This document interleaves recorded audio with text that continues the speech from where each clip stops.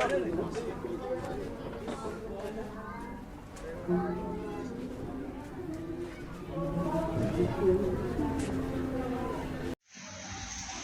get ready tomorrow. We will have an exam. Make sure to review chapter 1 to 3, okay? Ma'am, will you cover everything? Yes, Alika. This will be determine 30% of your final grades.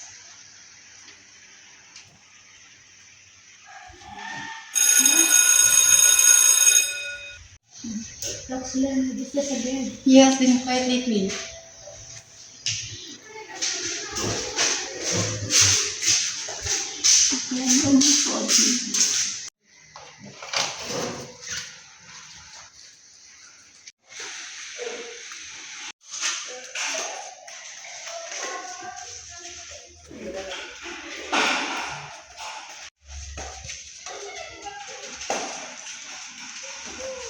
Hey Leonard, why are you rushing? Nothing. I just wanna go home. Why didn't you join our study group? Because it's hard when you study without electricity. What? Why didn't you tell us? Because it's embarrassing. You all have laptops and internet, while I skip dinner just to pay our school project. Leonard, you should have told us. And say what? That I can afford basic school needs? Sometimes I think of stopping. Copy, but you are the smartest in the classroom. Being smart doesn't matter if you don't have the resources. Education feels like a privilege now.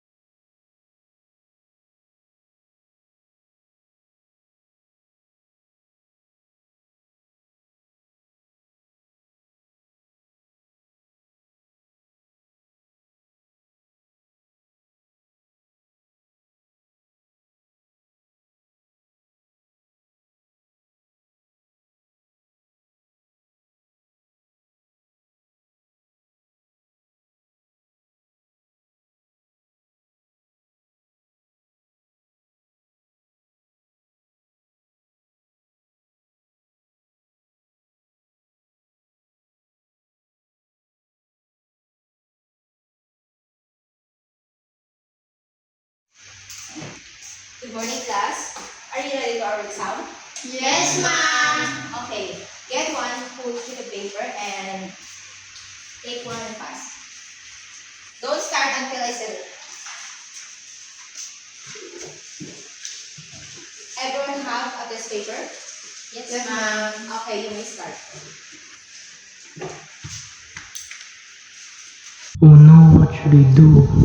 I don't know the answer here. Last night I was reviewing, but it's too dark, and my mother needs treatment. I cannot review well. We can't do this anymore.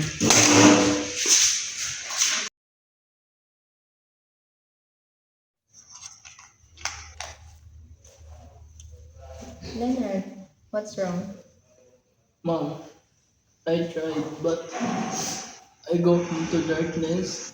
My mom lost her job, and I work part-time. I barely sleep, and I can't understand the lesson because I can't review. Why didn't you ask for help? Because everyone expects me to be strong. Strength is asking for help when needed, okay?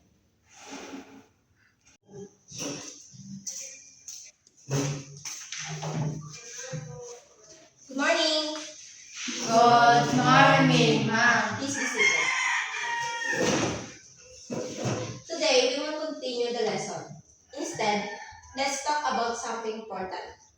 Not all students have equal access to education. Some struggle silently. Ma'am, maybe we could do something. Or we can organize the class band or donate all books. Okay, to study space after school with diets and entertainment. Okay, let's do that.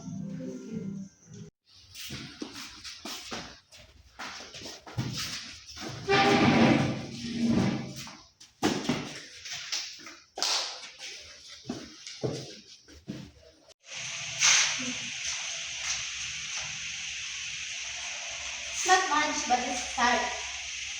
Hey, Leonard, you're not alone anymore. Why are you doing this to me? Because education shouldn't depend on money.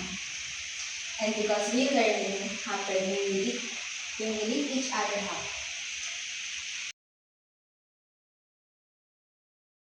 Education is supposed to open doors, but for some, education is locked because of poverty, lack of resources, and silence. The real crisis, it's not intelligence, it's the silence. No student should choose between survival and education.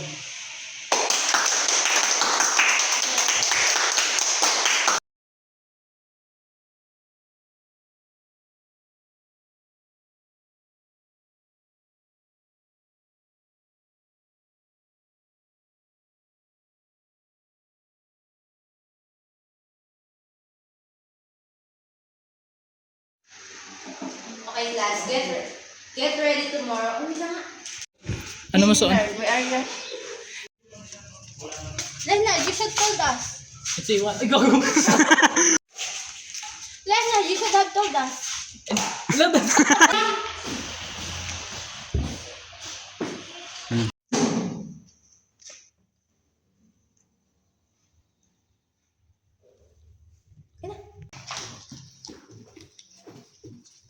You're not alone anymore. Education. No student. Because education shouldn't depend on money.